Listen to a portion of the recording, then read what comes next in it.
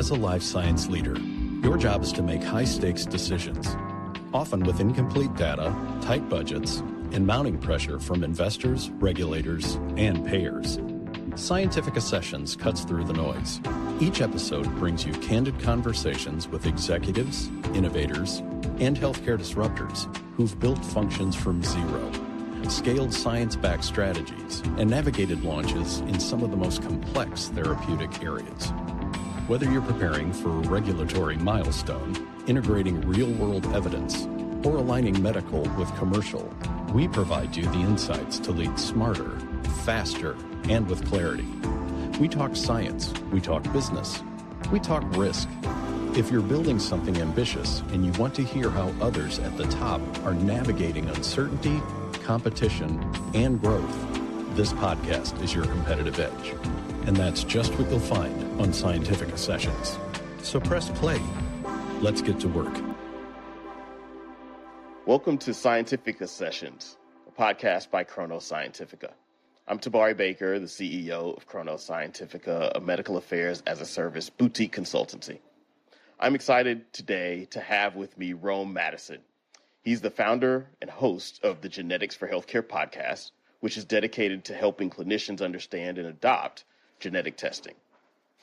With his number of years of experience in genomics, sales enablement, and training, Rome consults with labs and life sciences companies to improve precision medicine adoption. His mission is to bridge the knowledge gap between complex science and practical clinical care. And on a personal note, Rome is one of the very first people that I met in my first job in industry. So I'm super excited to have him in a full circle moment here on the podcast. Hey, Rome, how you doing? Unbelievable. Now that you mentioned that, it is a full circle moment because I know the very day that I met you is kind of like a mile marker for myself, because what prompted me to get in this industry was a season of life where my mother was diagnosed and battling mental illness. And on the day that I met you, my mother was having a manic, episode that forced her to go to the hospital. So we met, briefly, and I had to go deal with that. And this has been like one of the driving, factors for me growing in this industry, and the motivation and just building the confidence to do what I'm doing. So I appreciate that you're putting out this podcast. I have been watching from the sidelines your professional growth and the impact that you've had in the industry. So I'm really honored to be on your podcast.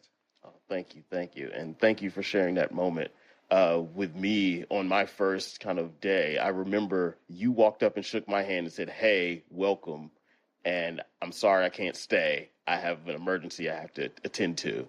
And you immediately walked out of the hotel and hopped on a flight. But I appreciated that you walked over and stopped and paused to say hello to me. And that's been impactful for not just my personal career, but I've even used that same approach when I'm meeting new people. Hey, welcome. Just say hello. So thank you. Absolutely. For sure. Well, that brings us into why we're here today. The purpose of this podcast is to really help people understand how medical affairs works with various other parts of the organization, and to share how and when this happens well and what could happen when it doesn't happen well. And like I said, because my first job as a medical affairs professional was with you, where you were sitting on the sales team and I was new to the medical affairs organization, I'd love to hear kind of your journey, how you got into genomics and precision medicine and into sales. Well, I tell people that my career, people ask what you do, sales. That's what I do. And sales is one of those taboo words. No one wants to say that I'm a salesman or be in sales. But the reality is everybody's in sales in an organization, because people buy you before they buy anything you have. Your knowledge, your value proposition, the quality of your product. You are the representative of that organization, and you sell you every day, even in relationships and outside of our work. So what got me into this industry, Tabari, is I'm proud to say that I'm self-taught. And I don't have a scientific background. I don't have a PhD. I don't have an MBA for that matter. I wasn't a biology major. I want to encourage people because I was a general studies major in college and graduated with a very non-impressive GPA. Okay. I was an athlete. I played football. Doesn't mean athletes are not brilliant or smart, but they have a way of letting you know what your real major is, which is the sport that you play. But I started in the industry the same year that the Human Genome Project completed. And I had an opportunity to interview for the first company that had any type of assay that identified patients who are most or least likely to respond to therapies. And there was not a lot of data on, I guess, from a genomic standpoint and targeted therapies, because at that time there was only one targeted therapy, and that was Herceptin. Okay. And I call that era the early adoption era.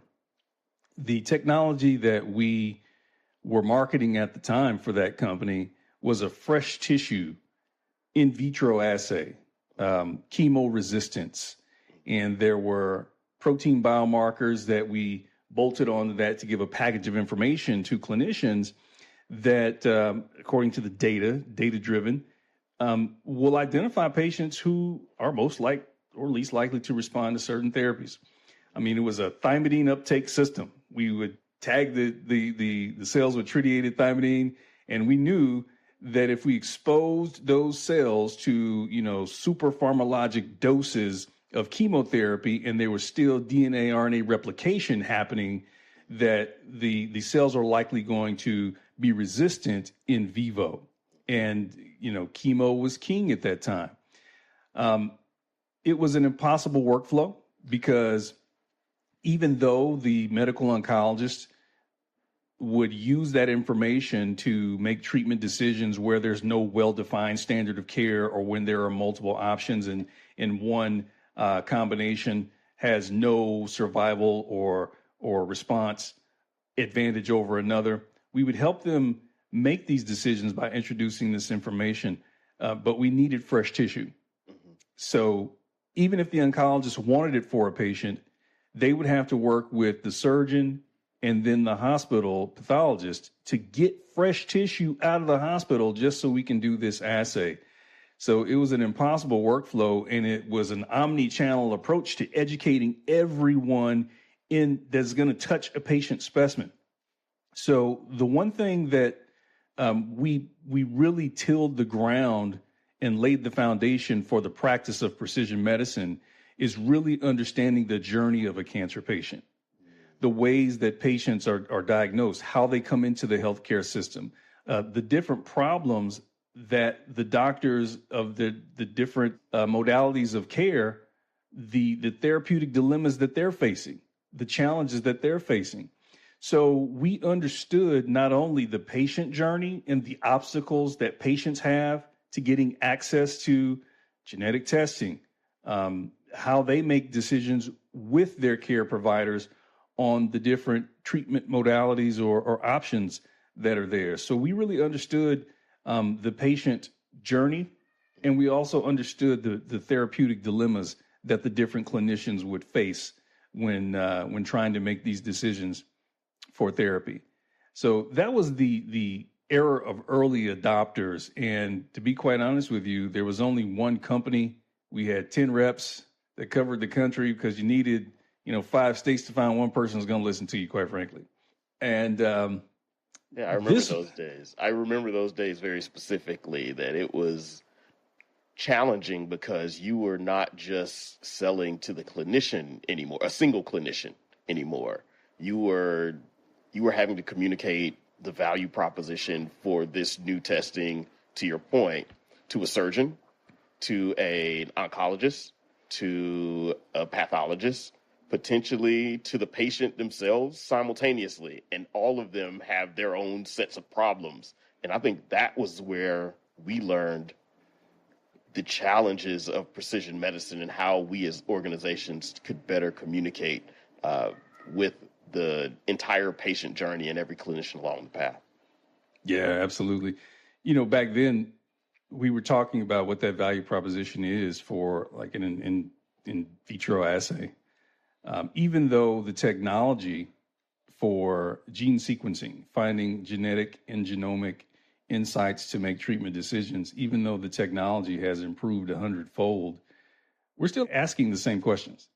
How do we identify patients that are most or least likely to benefit from these therapies? How do we identify them? How do we educate clinicians to order these tests? And then once you have a test result, how do you actually get the patient on therapy or a clinical trial? So the challenges are the same, even though the technology has evolved. Yeah, thank you for that.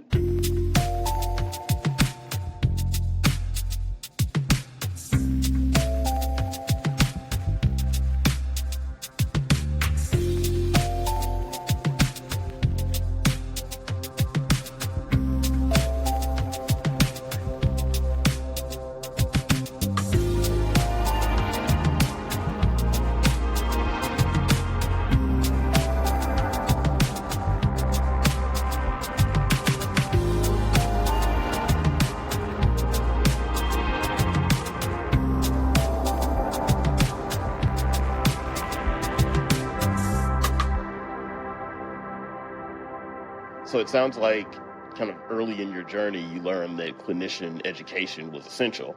And you also kind of ad hoc had to learn how to educate different clinicians in different ways to give them the information that they needed so that you could do best by the patient using this particular therapy. Absolutely. And again, I mentioned the early days where we needed fresh tissue to be able to do this. Now, I started in the industry 10 years before next generation sequencing was a commercially available technology. So in working and building KOLs, finding those physicians who thought were forward thinkers and were innovative enough to try new technology was difficult, quite frankly. And so the kind of the second era that evolved into was the era of comprehensive genomic profiling. And now, my disclaimer, I am, as I mentioned, I'm not a scientist. I just know enough to be dangerous. However, when we're talking about comprehensive genomic profiling, what was next after like the in vitro era was Sanger sequencing, which had been the hallmark of gene sequencing for years. And we were emerging into this era of comprehensive genomic profiling because we were learning so much more about the genetic pathways, the genomic pathways, targets. In that early era, there was HER2 and then came EGFR. We thought VEGF was going to be something.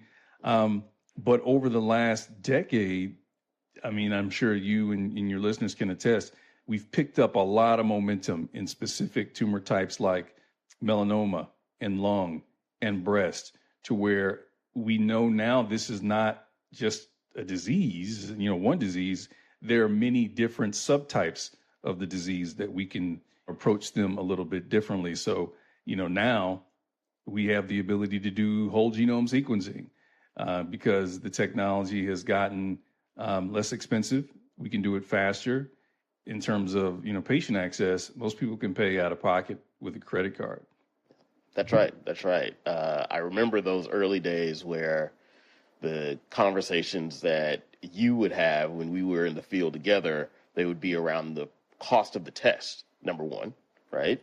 I remember this is when whole genome sequencing was maybe in the high 4 digits to potentially even 5 digits. Yeah, oh yeah. Now it's in the low 4 digits per patient. So that's a great thing for patients. But most importantly, in my experience, that also led to the dearth of information that we now know about the human genome, to your point, that we know that there are several subtypes of breast cancer. There are several genomic subtypes of lung cancer. And so being able to have that information really does help us develop more tests, right, number one, but also more therapies that can really help these patients. Now, during that period for you, so you transitioned from the early adopter area to kind of the comprehensive genomic profiling era. There were a lot of similarities, sounds like, between those two testing modalities. What do you think was different besides that kind of between that early adopter phase and that comprehensive genomic profiling era, besides the cost and besides the challenges of communicating across several specialties? So what was similar or what was different? Both, actually. So what was similar was still the lack of education, the lack of clinical utility from a clinician who sees every cancer that walks through the door. How can I treat this patient with this information? That just wasn't as robust as it is today, and we can argue whether or not it's really understood today. But that was very similar. The technologies had improved and evolved, but we were still trying to ask the same questions. We were still trying to build a commercial team that understood this science to explain it to clinicians who did not understand this science. And that's a challenge in itself. And so there's three real challenges. One was the reimbursement, okay? And that is improving. Every year it's improving. But it's still not where it needs to be, even though Medicare will pay for these genetic and genomic tests routinely for cancer patients. Many private insurers or self-insured employers don't pay for these tests. And if there is uncertainty around whether or not it will be reimbursed, there is a tendency for clinicians to not order this because they don't want to be caught in that uncomfortable situation where they've now ordered a test where the patient is being balance billed for, like you said, 4 or 5 figures. So it becomes a very difficult situation. But in between that is the education. Not only the education for clinicians, we already talked about the education for the industry, the enablement challenges, but it's also education for payers. Medical affairs, MSLs, and I've certainly got questions for you, but we'll talk about this, like the value and the role, the importance of medical affairs in becoming customer facing, not just from a scientific perspective, but helping clinicians understand the clinical utility of the information, the emerging science, things to watch out for so they can have a baseline and they can kind of grow their understanding of it. But also on the payer side is just a huge challenge with helping them understand the value of this information. Why should they be paying for this? And I think it's kind of ridiculous that payers won't pay for a test that may cost $2,500 that gains access to a therapeutic that costs $250,000. Make it make sense. So it's that dilemma that is challenging, that is very difficult and is kind of hampered the growth of precision medicine, but its education is the missing link. And I think, medical affairs is A1 for pushing that. Yeah, thank you. I 100% agree with that. Just maybe my medical affairs bias, but you're absolutely right. I think the education seems to be the red thread between sales enablement and commercialization and commercial success, right? And it's a different set of educational content that you have to generate and provide to different people along the patient journey.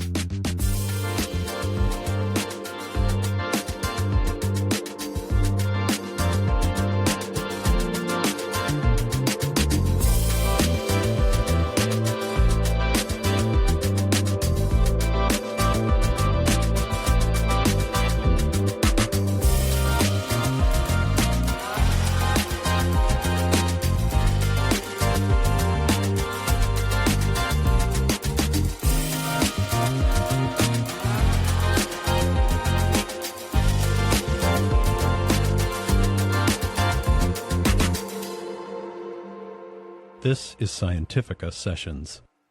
How, in your experience, if you have a personal story, would love it, how have you seen kind of medical affairs and medical affairs professionals help to provide that education on maybe a single anecdotal story where you've seen this work really well?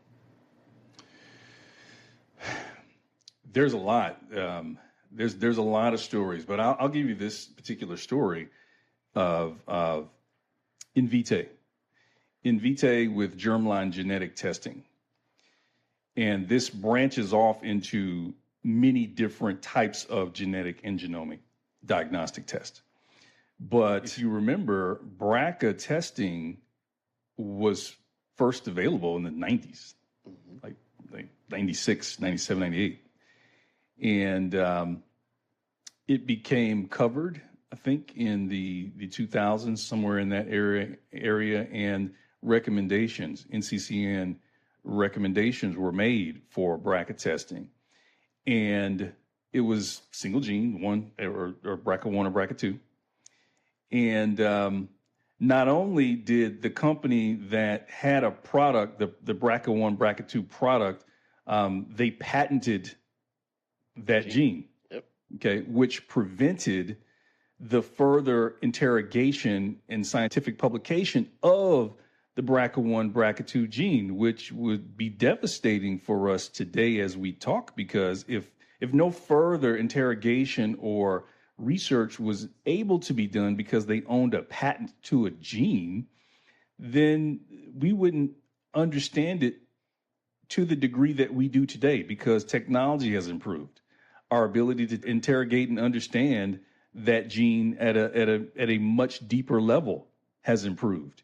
So it is medical affairs of the company Invitae that challenged, and others and other companies in the space that really challenged the legitimacy of the ability to clone a gene. And the Supreme Court, I believe in 2013, declared that genes are free, naturally occurring substances, free and available to all, and it can't be patented or owned by, a commercial entity. And that kind of opened it up. So now we're at a point where, okay, great, other companies can do this, and we're driving innovation because competition drives innovation.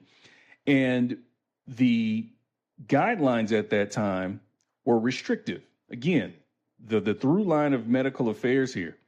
So what the medical affairs team, led by Ed Esplin, who I have, great admiration for, the way they approached this is they were trying to help the NCCN and payers understand that the guidelines are actually causing harm, because you're denying this test, or you won't pay for this test.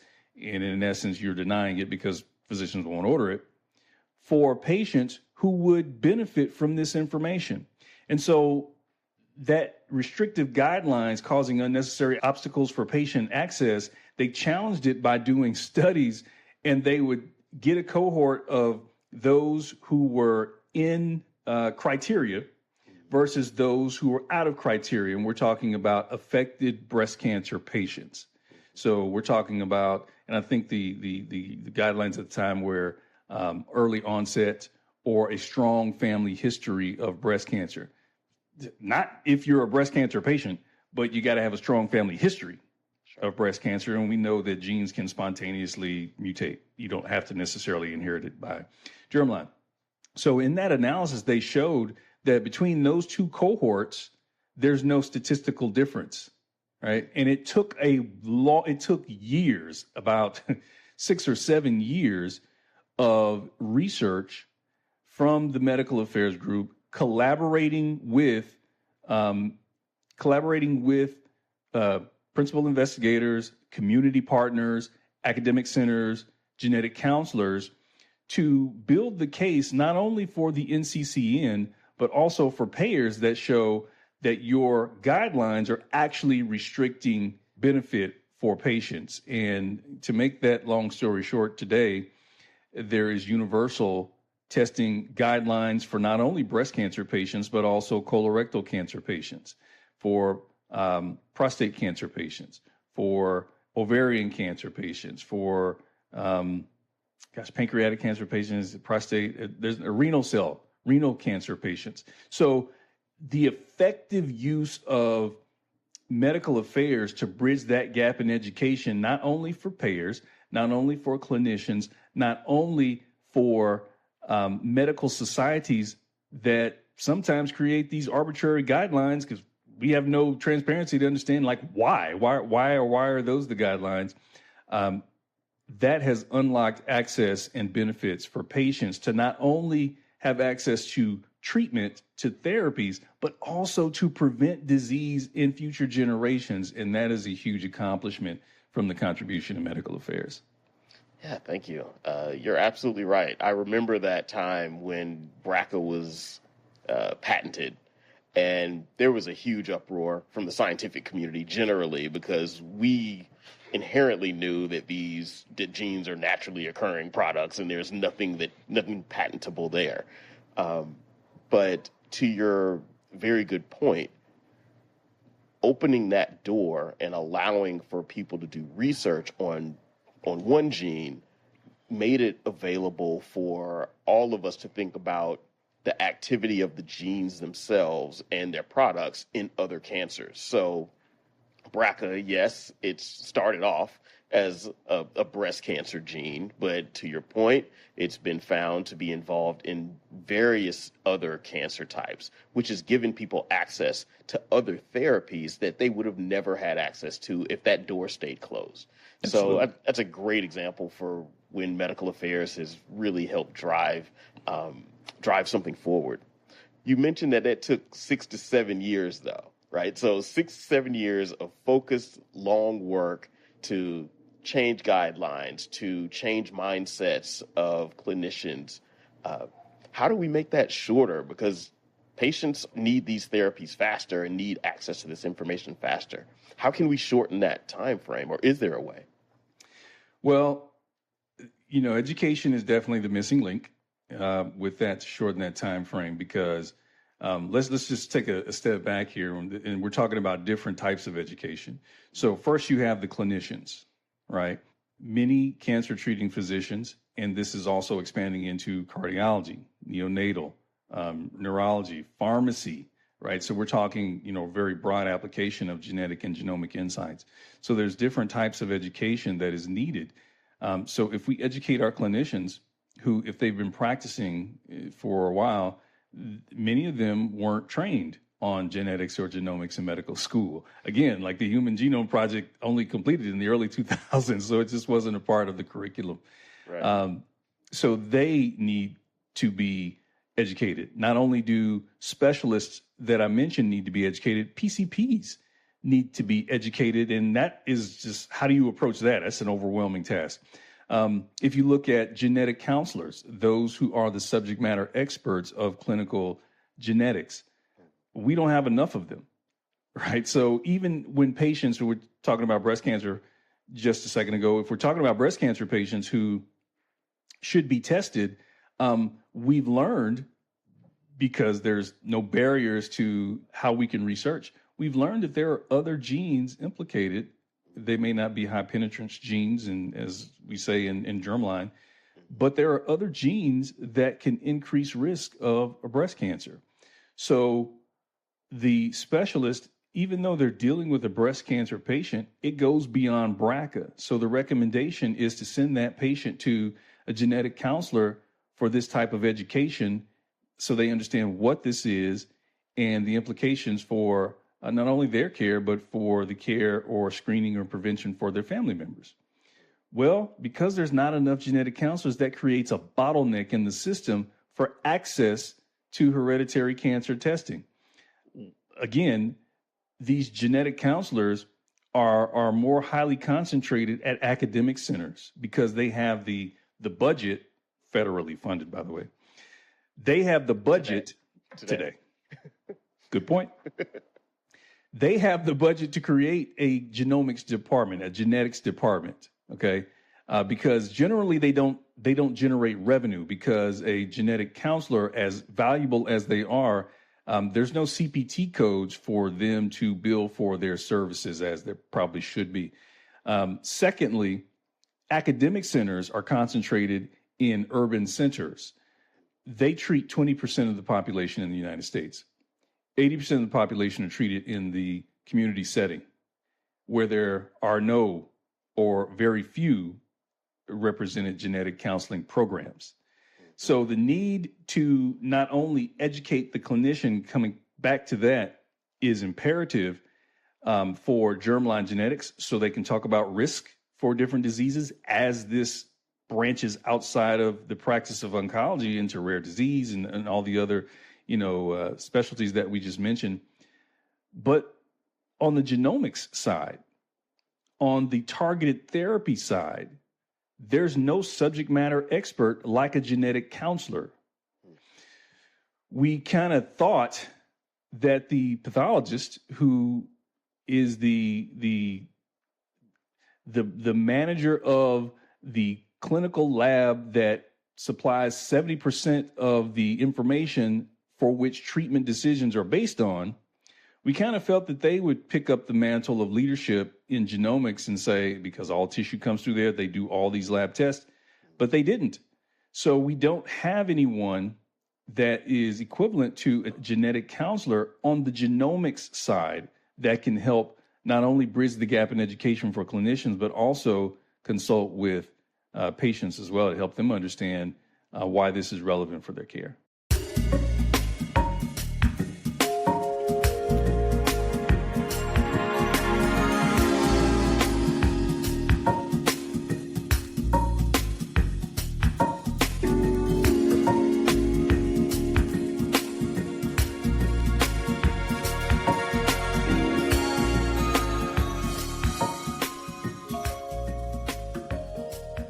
Yeah, so that's a great point. I think you talked about education for the clinician group and the gap that's left by the lack of genetic counselor providing that genomics education. Now that genomic testing is widespread, there's still that gap that is left in the majority of clinical situations.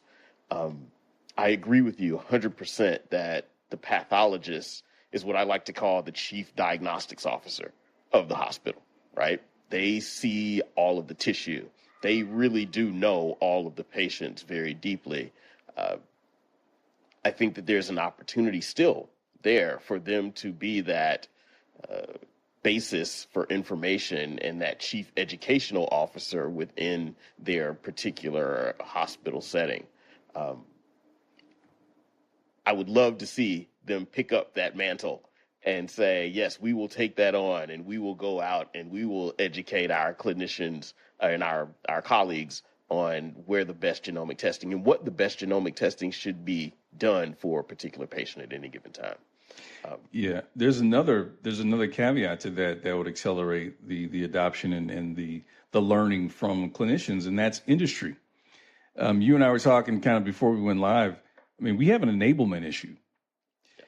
Again, I learned about this stuff at the very inception of the industry. So as new studies came out, as new data on different genes in different tumor types or different diseases came about, I was on top of it, and I became that person who brought the studies into the clinic. We were trying to develop KOLs. We worked with the medical schools, the health science centers, because we were targeting the fellowship programs that were going to be the next generation of clinicians to come into the private sector to treat these patients. So we wanted them to know about this information. So that was my background. And what we learned in the industry is, if doctors aren't familiar with this stuff, how in the world can you get, sales talent who is decidedly not a PhD to know this? And even how do you source your talent? Because you can get, a pharmaceutical rep who was really successful selling a breast cancer therapy. But how do you teach that person about lung cancer and liver and renal and colon and sarcoma and on and on and on? And then you have to teach them about the biomarkers, the genes that are relevant for those different diseases. It helps to understand the mechanism of action of the drugs and how they interact in those types of things. So you're talking about an extremely long learning curve. And so the industry is really strapped as it's growing and hiring more people to help them understand not only the biology of these situations, but also the therapeutic dilemmas that each clinician is trying to address. What is the problem that they're trying to solve for? Because you just can't go in. I'm famous for saying this. I've had the privilege of hiring, training, coaching, and mentoring hundreds of reps. Many of them have become first-line, second-line leaders, vice presidents of sales, and C-suite employees in my career. And the one thing that they come back to me when I see them, they say, I tell my team what you told us. Telling ain't selling. If you don't understand the therapeutic dilemmas, if you don't understand the challenges that clinician is trying to solve for and speak to it in a way that pulls them into, why do I want to know more about what you're marketing, you're selling, then you're never going to be effective. And that's the challenge that many companies are tasked with. They just throw a number out there, and reps only know one way to do it. Relationship building, bringing donuts, and that's not going to move the industry forward. Yeah, I 100% agree. I think there's a opportunity here for industry from both sides, from both the sales side and from the medical side, to level up, right? And I think from the medical affairs side, we equally need to level up on the personal skills, the bringing donuts and doing the things that help us to better talk about the science that we know. Simultaneously, sales, as in our commercial colleagues, also do need to level up their education and their understanding of the disease process, first off, to your point, the therapeutic dilemma or the patient dilemma that the clinician is facing, but then also understanding of the tool chests, particularly in the genomic space, that they may have, the diagnostic tests that the clinician may have access to. How does this, or how does another test differentiate itself so that you get more information? And what I used to say all the time is, my job as a medical affairs professional is to make you, clinician, Dr. Smith, the hero. And the way I make you the hero is by educating you up on not just this test, but where this is going to be best used. I work closely with my sales teams, right, to say, yes, they're here, they know a lot. I'm here to kind of go deeper if you have deeper questions. But together, we're here to really just help you understand where this can be positioned best. Not to tell you which patients to use, because that's your job. You're the hero, not me. I am the Robin to your Batman at the end of the day. Yeah, and that represents the true scientific exchange that I believe clinicians really want. Sales, don't get me wrong, sales is a vitally important part of any organization. In fact, the sales team is any organization's most appreciable asset, because they can multiply their value, dynamically by going out and facing with customers. But medical affairs, medical science liaisons are extremely valuable, because if the clinician doesn't understand the value of the information that the test will provide, and how it provides that value, they're probably not going to adopt it. They may order it one time because you're a nice person or they like you, but we're talking about adoption. We're there to improve the practice of medicine. And by going out with medical affairs, a medical affairs professional who knows and can speak to the medical literature, right, and the broader disease state, and understand the dilemmas that clinician is facing, that's how we're going to get to a tipping point to where clinicians are saying, I don't know how I could treat this patient without this information. Yeah, I agree. So what I'm hearing is that sales needs medical affairs, right, to help provide clarity on that value proposition for a genomic or diagnostic test. Clinicians also need medical affairs to help explain that value proposition, to help go deeper into some of that scientific exchange that helps them have clarity when they're making these diagnostic decisions. That feels like that could be an ethical slippery slope, meaning sales, you're metriced on how well you convince people to purchase and or adopt. Medical affairs typically is not metriced on any sales number. Our job is really to focus on scientific exchanges. How do we balance that, what feels like it may be an ethical dilemma? You've seen it before. How does it work?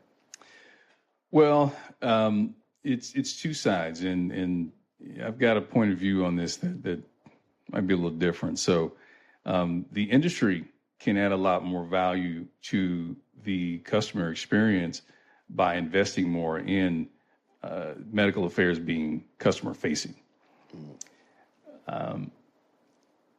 Relationships in business are important. That's why salespeople are there. There are things that need to be done in terms of educating the staff, understanding the workflow of how these things, because a doctor is just going to say, order so-and-so test. And then there's somebody that has to snatch those words out of the air and do something with them. Well, that's why, commercial teams are important. They partner with practices to make sure things get done for the benefit of a patient. But the industry really needs to increase the investment in medical affairs being patient-facing, because by doing that, they're putting the patient experience first. From a medical perspective, I believe that medical affairs come in speaking to the patient experience, what the patient is experiencing beyond just the selection of a therapy. And unfortunately, with pharmaceutical companies, the reps can't do that. They're very restricted in what they can talk about and what they cannot talk about. And what you find is they're sending the rep in who's responsible for growing the business in a certain geography. And because they can't talk about the biomarker or the pathway, the clinical pathway or the mechanism of action, and how this affects, other things, they may not be able to talk about, side effects and other concomitant illnesses that, they're battling and trying to help that patient. But an MSL can. They can have a more comprehensive conversation around things that are outside of the package insert, right? Or outside the detail, the marketing piece, because we're talking about medicine. We're just talking about a number of things that doctors have to consider when doing that. And I think medical affairs, that's their role, is bridging the gap between the commercial entity and the scientific, portion of that, to help unlock access to patients. So it is a rather expensive proposition if you're sending medical affairs with reps, because one can't have a conversation and another one can't. So if they increase that investment, we're talking not the MSL or medical affairs making sales calls, but you can set up programs, whether they're CME programs, whether they are roundtable discussions, whether it's KOL building, investing in building advocates to teach their peers to be able to do these things. To me, that is, extremely important. And again, let's speak to a therapeutic dilemma that's out there with like lung cancer, for instance. And this is how you navigate the slippery slope. You've got a lot of diagnostic reps that are trying to sell, a comprehensive genomic profile, panels, full panels, whatever the case is. All of them will say, hey, mine is better than theirs, or trying to get a leg up with the relationship with an office or a clinician or an institution to be the preferred vendor. Well, what they can't speak to, or they, in my experience, don't very well speak to, are the therapeutic dilemma the doctor is facing when making treatment decisions. For instance, if you have a lung cancer patient.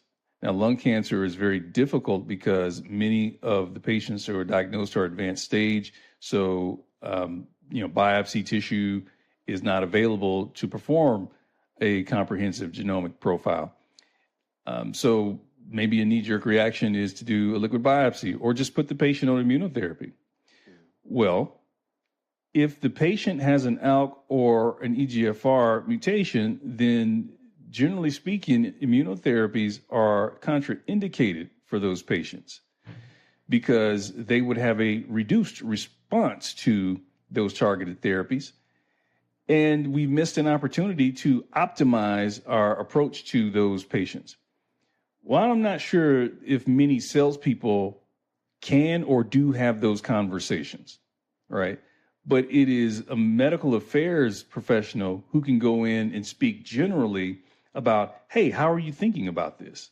Without confronting or creating tension unnecessarily with the doctor, because this is a real challenge that doctors face every single day, right? So in that way, medical affairs will continue to be a vital resource for the adoption of diagnostics and unlocking access to targeted therapies for patients. And for me, it becomes less of a slippery slope because that's what's needed from the customer perspective more so than the representative who services and who informs. Again, very important, but there is a distinct separation in the importance of those roles.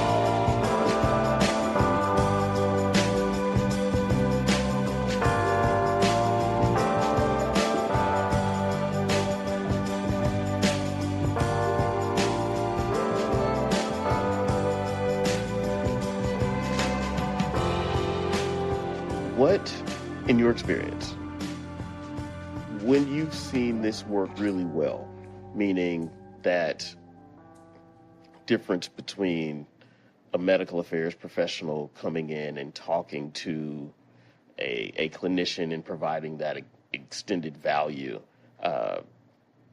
how has that really changed a salesperson's relationship with that clinician and maybe even with the company? I think that there may be some nuggets there that you've seen before. Well, first of all, the sales team working with medical affairs, it gives that sales team a solid medical orientation. So that's number one. So medical affairs should be engaged in the training programs. They should be engaged in the marketing programs. They should be engaged in customer outreach. Okay, that's just one person's opinion. With sales also, medical affairs takes the salesperson into the intersection between the science and patient care. And what I mean by that is even when, the commercial team is able to sit in conversations with medical affairs and clinicians, which in many cases in the past, they've not been able to. It's that separation of church and state. You can't be here while we're having these conversations. Well, things are changing, which is in a good way, which for most people, but absolutely. Yeah. So just being able to have knowledge of those conversations, to understand the mindset and the goals that the clinician has that they're going to discuss with a medical professional that they're probably not going to discuss, with a salesperson, is extremely important.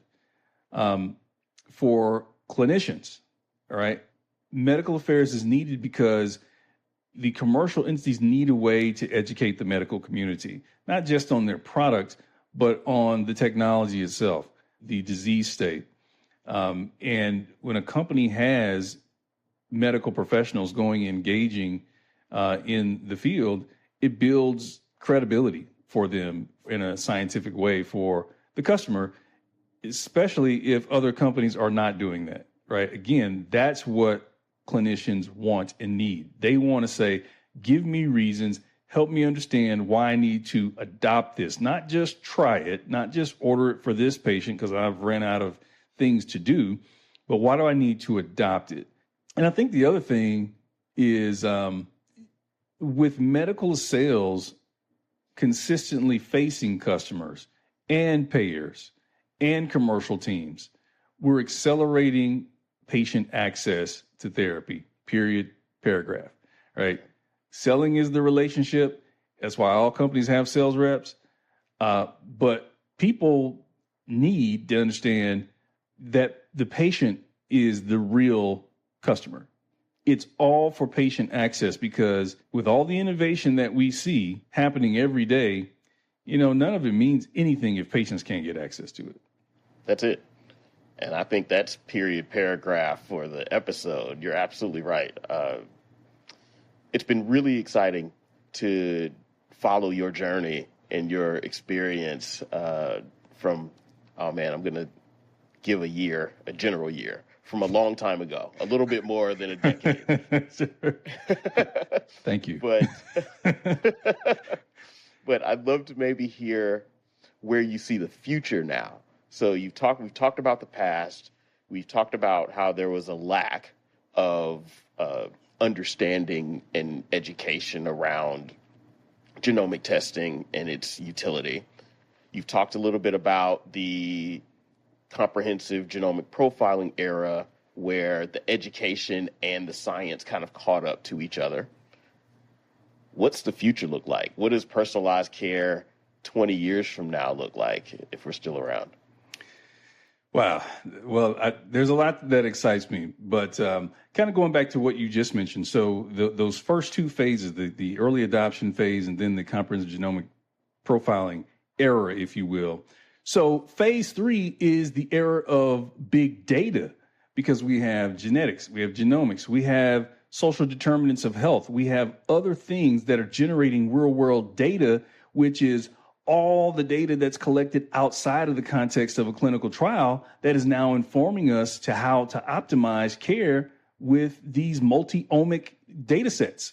So we've got the EMR, right? So we've got insurance claims, we've got registries, we've got wearable devices. I just did an episode with Dr. Michael Snyder, who runs the Snyder Lab at Stanford University, whose lab is responsible for the technologies that are in oral watches and all these things. So it is incredible now what's occurring to empower patients to take ownership and to take control of their health and be able to advocate for themselves by using these genetic and genomic insights in order to make decisions about preventative health, eliminating disease. And that's what's really exciting for me.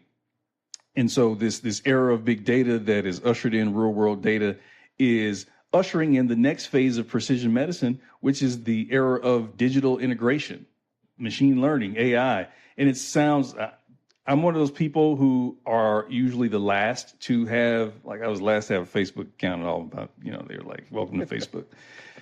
So it sounds scary because, the thoughts of cloning people, hacking patient data, fraud, nefarious deeds, whatever. I am usually slow to adopt. But when we think about this era of precision medicine, digital integration and access to these, we're experiencing the democratization of data. Okay. As Dr. Snyder told me, how do you feel about all these wearables and what that does to exposure? He says, get over it. Your data is out there anyway, so just get over it. But a good thing is how this can inform better decisions. Even ASCO introduced the guidelines assistant to be able to have at their fingertips at the point of care an AI tool that says, hey, what genes do I need to consider testing for this particular patient? With this big data, we can identify whether a drug is likely to work for a patient without actually kind of testing their tissue, right? We'll have more accurate polygenic risk scores that can provide more accurate statistical methods of measuring risk for different diseases. We're going to accelerate clinical trials because we can have a statistical control group instead of a control group that gets placebo. Like, who wants placebo? So that's why I do what I do on Genetics for Healthcare, which is a podcast for patients. We want to empower patients by telling patients stories. And those patients come on and share, hey, this is what happened with me. This is what I did not know. This is what I learned along the way. This is what my doctor did not know. And if you find yourself in this situation, here's some practical tips and questions to ask. So we want to give people the language and also the confidence to advocate for themselves when they're facing different diseases where genetic and genomic insights can be a huge value for them in getting better outcomes, because we know that an informed patient gets better outcomes, has longer lives. And these a lot of these companies and this industry built an enterprise derived from human tissue insights. It's time now that patients and the general population take back and harness that power to advocate for themselves and improve our own healthcare. Thank you for that. I am excited about that same future where patient-generated data plus genomic data plus EMR data plus any blood testing that I do separate from an annual physical, for example, is all included in what's a personal health profile that we can then monitor over time. I think you're 100% right that that's where the future is going to be, that your data is everywhere. Get over it. Forget about it. It's gone. They've already given your data away. Right. So don't worry about it. But the great thing about it is the empowerment of the patient and the empowerment of the individual to take back their own healthcare. And that's what I love about that future. So I'm 100% behind your future, Rome. So you need to make sure that that happens, at least from the genomic side. From medical affairs side, I'll make sure that we're continuing to educate people across the board on these new diagnostic tests, these new therapies, and making sure that people, particularly patients, to your point, can understand what the value of these tests and what these therapies can do for them. Awesome. Anything else? Any closing thoughts that you have? That was a really good one, but if you've got one more, I'm giving you the opportunity. No, listen, I just appreciate that you have this platform, that you're reaching medical affairs professionals, because there are medical affairs professionals that are dedicated scientists that may not understand the value that they have in the industry side, and not just diagnostic companies, not just pharma, payers, employers. I mean, my goodness, cardiology, like health systems, there's so much value and so much need for these professionals to inject their expertise in the field. Because again, the most profound statement that I feel that I'm making through my platform, innovation means nothing if patients can't access it. And we need medical affairs professionals to bridge the gap between the scientific community and the public stakeholders that are caring for these patients. Well, thank you, Rome, for all of your insights that you shared here on Scientifica Sessions.